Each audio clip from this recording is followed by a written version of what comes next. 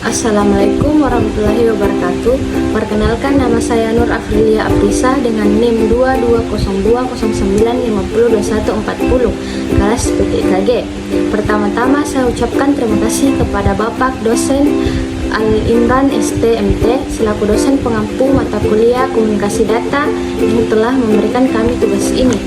Baiklah, di sini saya akan menjelaskan materi tentang multiplexing, wide area network atau WAN, dan paket switching. Langsung saja saya akan menjelaskan pengertian tentang multiplexing. Multiplexing adalah teknik yang digunakan untuk menggabungkan dan mengirim beberapa aliran data melalui satu media. Proses menggabungkan aluran data dikenal sebagai multiplexing dan perangkat keras yang digunakan untuk multiplexing dikenal sebagai multiplexer. Konsep dan cara kerja multiplexing. Berikut adalah konsep dan cara kerja dari multiplexing, yaitu jalur input N ditransmisikan melalui multiplexer dan multiplexer menggabungkan sinyal untuk membentuk sinyal komposit. Sinyal komposit dilewatkan melalui demultiplexer dan demultiplexer memisahkan sinyal ke sinyal komponen dan mentransfernya ke tujuan masing-masing. Jenis-jenis metode multiplexing. Yang pertama, frekuensi division multiplexing atau biasa disebut dengan FDM. Frekuensi division multiplexing adalah teknik analog di mana bandwidth yang tersedia dari media transmisi tunggal dibagi menjadi beberapa saluran. Media transmisi tunggal dibagi menjadi beberapa saluran frekuensi dan setiap saluran frekuensi diberikan ke perangkat yang berbeda. Sinyal input diterjemahkan ke dalam pita frekuensi dengan menggunakan teknik modulasi dan digabungkan oleh multiplexer dan untuk membentuk sinyal komposit. Kelebihan dan kekurangan FDM. Kelebihannya yaitu FDM digunakan untuk sinyal analog. Proses FDM sangat sederhana dan modulasinya mudah. Sebagian besar sinyal dapat dikirim melalui FDM secara bersamaan, tidak memerlukan sinkronisasi antara pengirim dan penerima. Adapun kekurangannya yaitu teknik FDM hanya digunakan ketika diperlukan saluran kecepatan rendah, banyak membutuhkan modulator, memerlukan saluran bandwidth tinggi. Contoh penerapan FDM. Inilah gambar penerapan FDM. Yang kedua, wavelength division multiplexing atau WDM. WDM merupakan teknik multiplexing analog, sinyal optik dari sumber yang berbeda digabungkan untuk membentuk pita optik yang lebih lebar dengan bantuan multiplexer. Di ujung penerima, demultiplexer memisahkan sinyal untuk mengirimnya ke tujuan masing-masing. Contoh penerapan WDM. Inilah gambar contoh penerapan WDN. Yang ketiga, time division multiplexing atau TDM.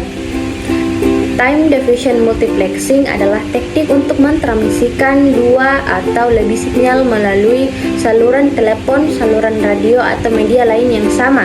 Setiap sinyal dikirim sebagai serangkaian pulse atau paket yang disisipkan dengan sinyal yang ditransmisikan sebagai aliran kontinu. Dalam teknik time division multiplexing, total waktu yang tersedia di saluran distribusikan di antara pengguna yang berbeda. Materi yang kedua yaitu wide area network atau WAN. Pengertian wide area network atau WAN ialah sebuah jaringan yang memiliki jarak yang sangat luas karena radiusnya mencakup sebuah negara dan benua. WAN menggunakan sarana dan fasilitas transmisi misalnya telepon, kabel, bawah laut, ataupun satelit. Perangkat hardware atau jaringan WAN yaitu router, CSU atau DSU, modem, communication server. Jenis wide area network WAN, liaison line, circuit switching, packet switching. Kekurangan dan kelebihan WAN. Kelebihannya yaitu yang pertama, berbagi informasi atau file melalui area yang lebih besar. Yang kedua, semua orang yang ada di jaringan ini dapat menggunakan data yang sama.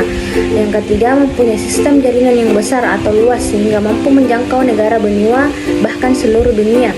Yang keempat, jika terkoneksi dengan jaringan internet, transfer file pada tempat yang jaraknya jauh bisa dilakukan bisa dilakukan. Dan yang terakhir, dapat berbagai resource dengan koneksi workstation.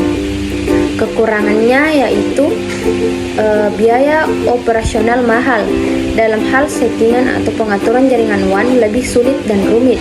Selain itu, alat-alat yang diperlukan juga sangat mahal. Memerlukan firewall yang baik untuk membatasi menggunakan luar yang masuk dan bisa mengganggu jaringan ini, rentan terhadap hacker atau ancaman dari luar lainnya. Lanjut ke materi yang ketiga, yaitu packet switching.